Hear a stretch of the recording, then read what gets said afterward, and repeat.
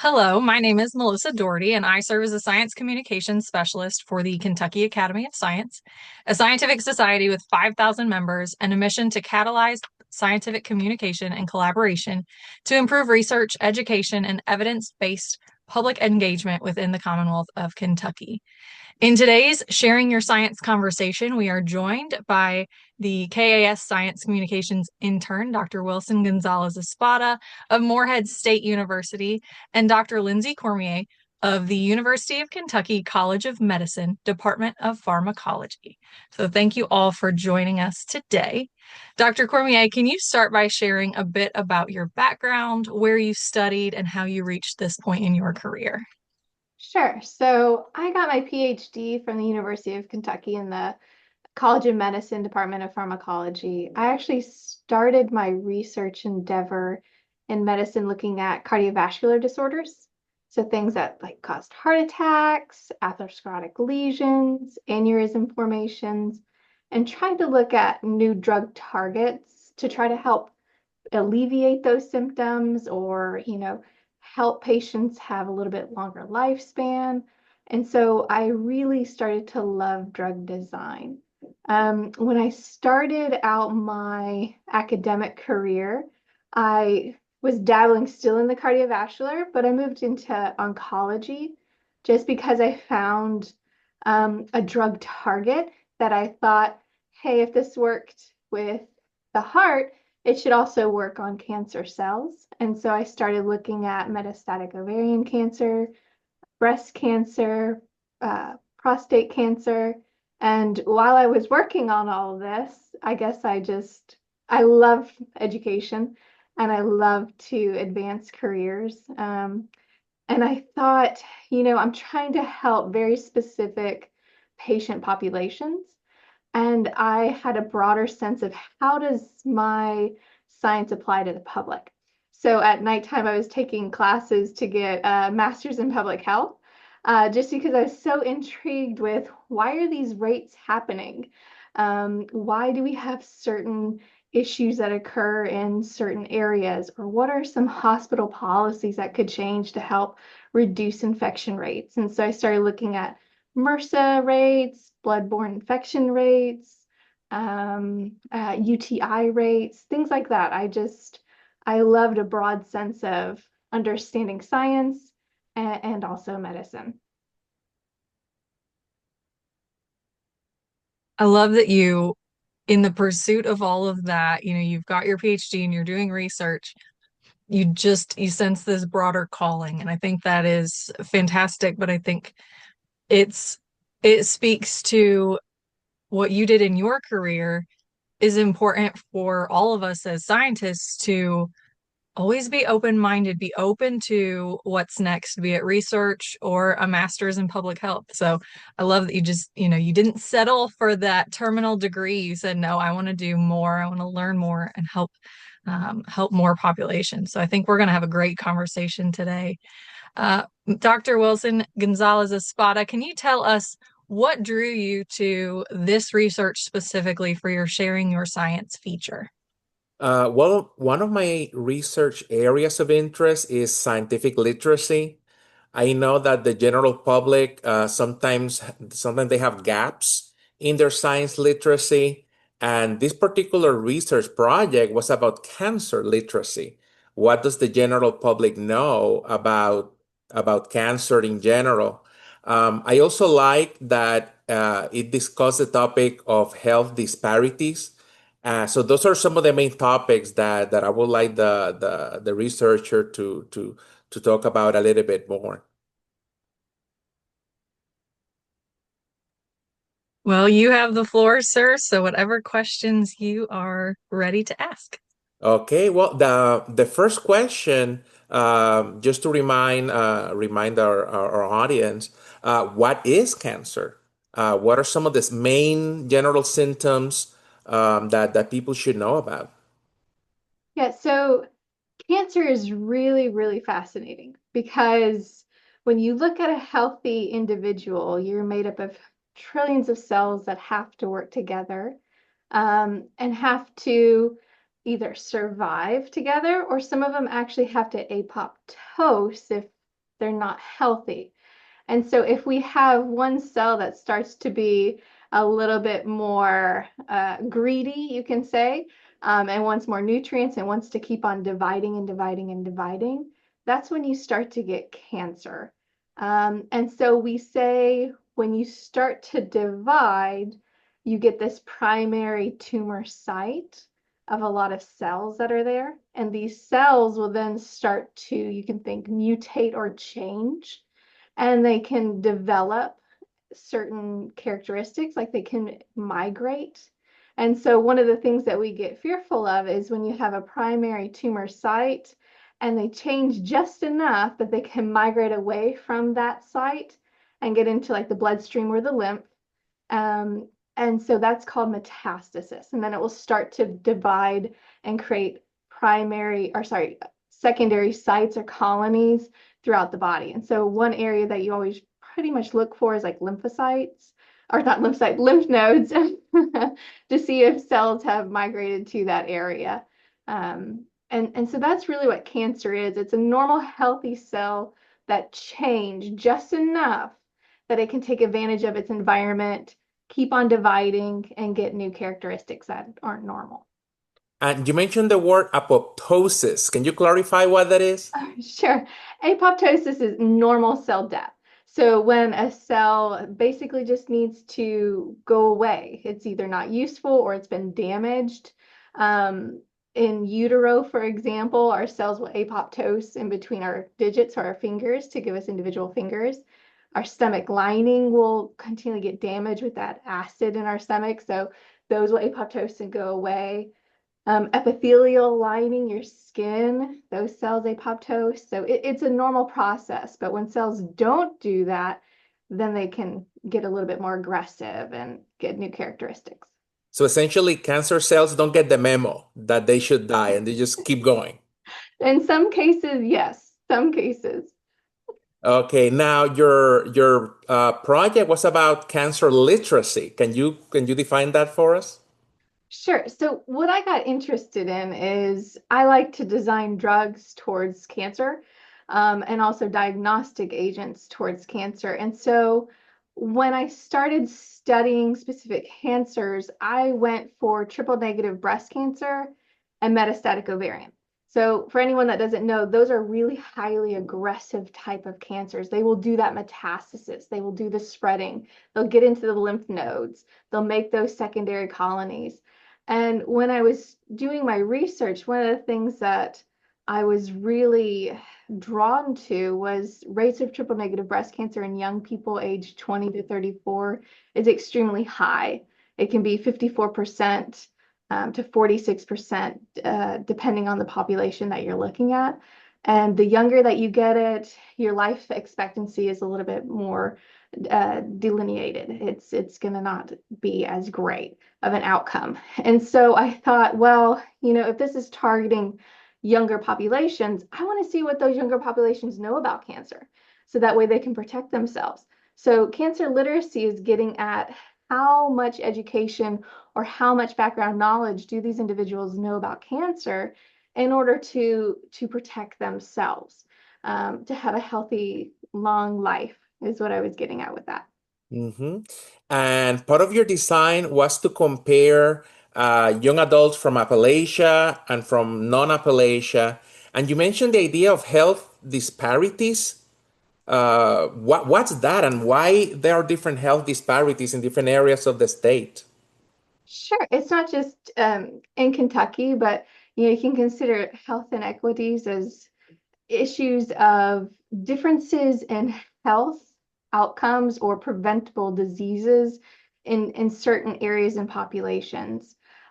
So we wanted to look at Appalachian versus non-Appalachian. Mainly, I grew up in an Appalachian community, and so it's just something that I was intrigued by.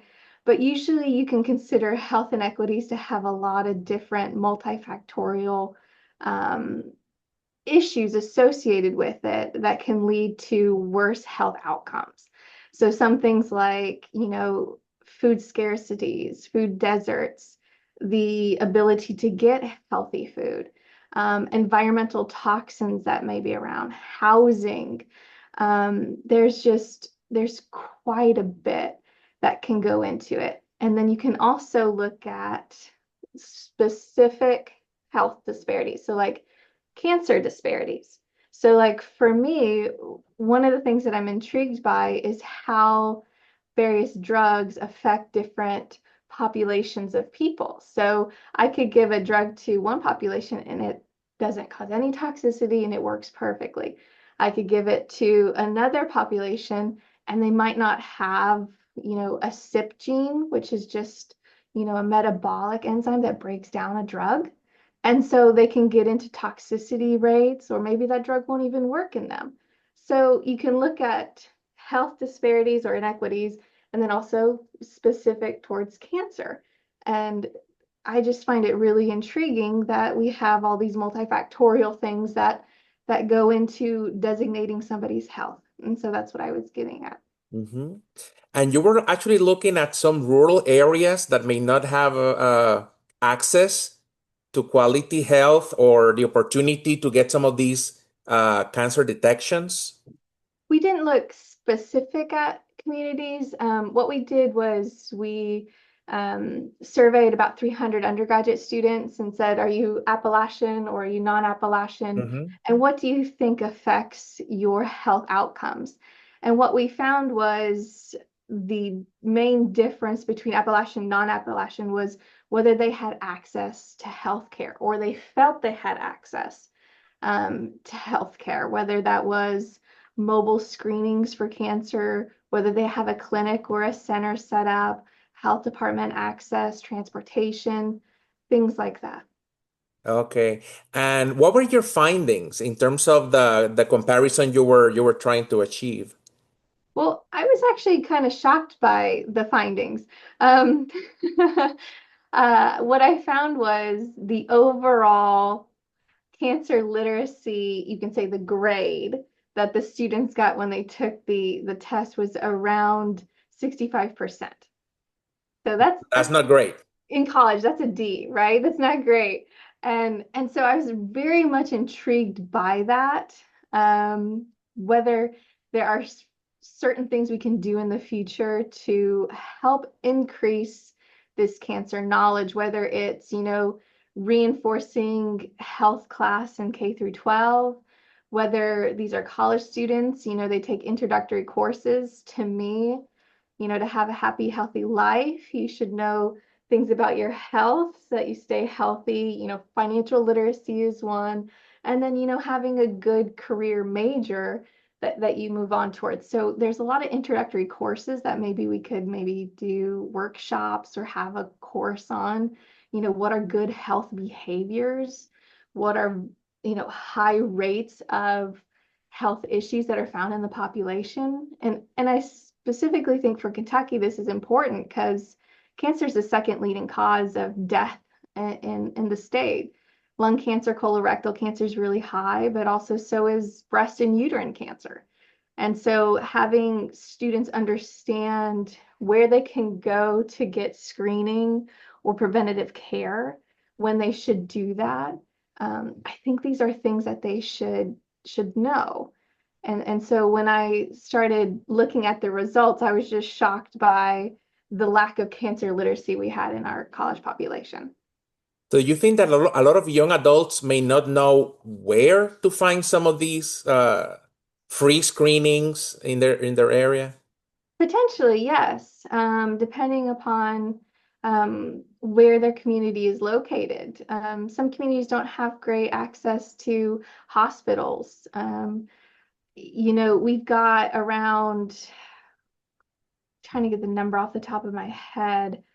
I think it's around like 20% of the people live in rural areas, but only like 2% of oncologists work in rural areas. So having that access to where to go and just overall information, now there's cancer screening kits that you can do at home and send in, and people might not know about those. And it's just really, I think, about getting that knowledge out there to see what are the possibilities of access to care, and what would be the ease of care, whether it's, having to drive a long ways or whether they could just do like a take home kit Mhm. at the house and send it in. Now, am I remembering correct that males have worse cancer literacy than females? Is that right? What we found in our study, yes, so it was a randomized sample, but it was a smaller sample. Ah, okay, Um, okay. but it was only a slight increase. I mean, we went from, I think males are around 60% rate of passing that's an F, right? Compared to 65. Well, actually, let me see. I have it written down. Females are closer to 70% and males are closer to 60%. I did have to write that one down because I knew you'd probably ask about that. But yes, it was a slight increase, right? That would be a grade point.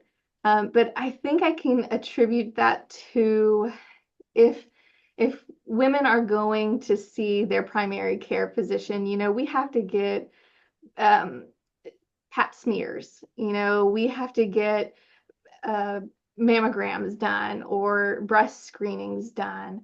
And that's constantly asked of us. And so I think women are more prone to knowing, okay, I might be more at risk for cancer just because you're constantly asked this if you're going to your provider. And so they Mhm. might just be more aware and started to look up information about it. Now, you mentioned in your paper that maybe the curriculum of the schools can be supplemented with units or lessons related to cancer. Can you explain that a little bit? What would Yes, be some examples? yeah, so that was something that I was going after before, where I was stating you take introductory courses in college, you know, you could probably insert a unit or a curriculum based on cancer or health behaviors or health outcomes for the students. You could also do workshops throughout the year. There's a lot of clubs in college. You could have like a health related club that they could go to and learn about different aspects of health and preventative measures. There's a lot of different ways that we could go about this. One of my next projects is actually I put together a curriculum with Dr. Vandervoort here at UK. And we're going to go and send that out and see if students like that idea and if they want this integrated into the curriculum and if it helps them. So that's kind of our next extension project. Now, what about young adults? They graduate from high school, they're graduated from college, they're in their 20s, let's say. What steps can they follow to become a little bit more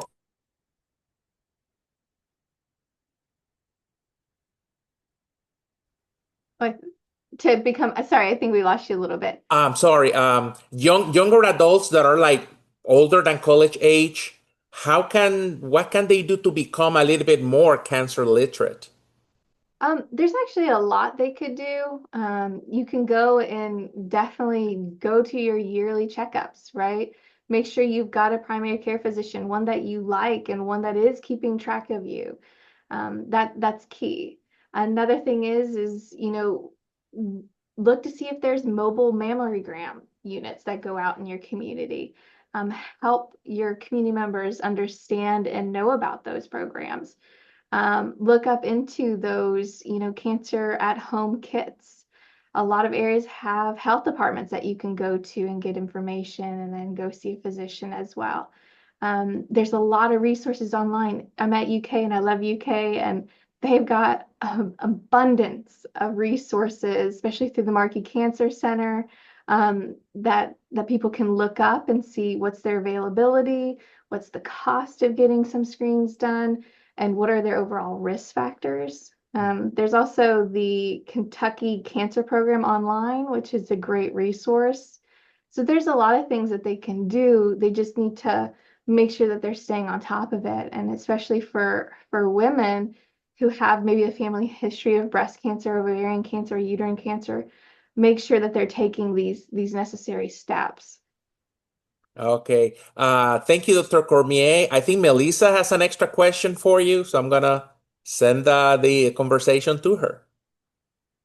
Yeah, I think this is really interesting. And I think there are tons of ways, like you said, that people can get information and get good information. We all know that the internet is full of things some reliable, some less reliable, but you mentioned several resources there. And I think what's great about some of these resources is not only do they have physical sites like your health departments or, UK's Cancer Center, but chances are this day and age, those health departments and cancer centers and physicians also probably have a social media presence. And I think for our younger folks, that's a really powerful tool, not just for them to learn, but for us as scientists and educators to also use that as a resource, as a way to reach younger folks. I think that's a really, really fascinating piece to this. If you wouldn't mind, could you tell us about a time that either in your career or in research that you faced adversity or things just didn't go well? We know that How much sometimes it time do we takes have? right? Sometimes it takes a few tries to, get through, an experiment, or you've got to ditch it altogether, or, whatever. Sometimes it just feels like it might be cursed from the get-go. Can you tell us about just maybe one time in particular where you faced that and how you got through it? Um, well, what I would say, if anybody is a young scientist and wants to go into the field of science, which that was my career love. I love science. I love being creative. I love trying out things and seeing if it worked, if it didn't work, or just, having something unique that's yours that you designed. Um, and so that's why I went into science instead of going into the College of Medicine, the physician route, doing surgeries and things like that. I wanted to progress medicine in the realm of science. But with that being said, science is a pretty hard field, just like, physician, the medicine route. But, you see students that struggle on research projects. It takes a long time to get published. Sometimes it feels like forever. It can take 4 or 5 years getting all these experiments done to get something published. But I would just say don't give up on that. And the more experiments that you have to do, the better your project will be, right? So I like to suggest reinforcement of data and reinforcement of methodologies. So if I just do one experiment and I show a result, how do I know that that is, reliable, or can I validate it with another type of experiment? That takes time, but then you can make sure that your data is really, really accurate. Um, so that's what I would say is the biggest hurdle, is the commitment of everything. And then whenever you write a grant, for example, and then the reviewers just totally rip it apart, right? We've all experienced that probably. You just have to be okay with the critiques and take that as they're also trying to increase your grant literacy or your knowledge of the field, and it gets you to see it in a different way so that you can redesign it. And so with that being said, I would say the biggest thing adversity wise in science itself is just staying strong to your project and just trying to keep on moving it forward. You learn to grow a thick skin as a scientist, one Oh, way a or another, shield. right? It's a shield. That's great. A shield for science. I love that.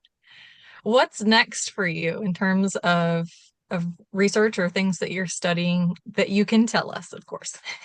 Sure. I've got a couple compounds with collaborator Dr. Ningiri.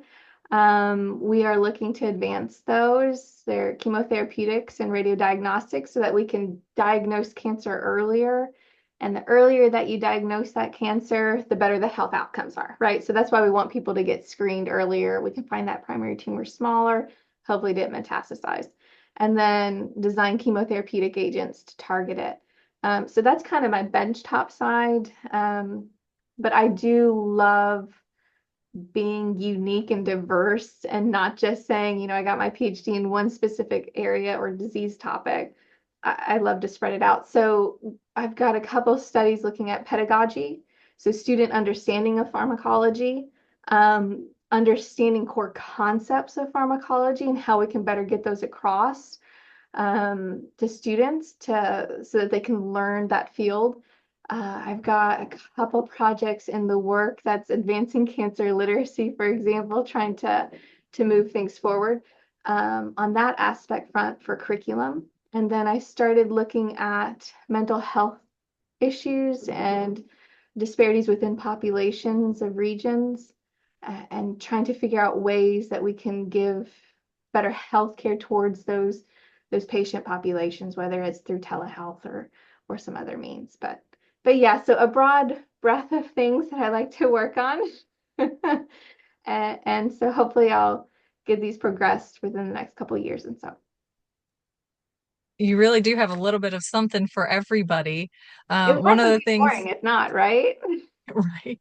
So one of the things that we do at KAS is we're always promoting things on our social media, our Facebook and Instagram, LinkedIn. So we always encourage people, if they're not already, following us there, please make sure to like and follow us on those platforms. Where can folks find your work and follow you to learn more about what you're doing? So I'm on PubMed, my various research topics and papers. So if any of them catches your fancy, just download them and read them.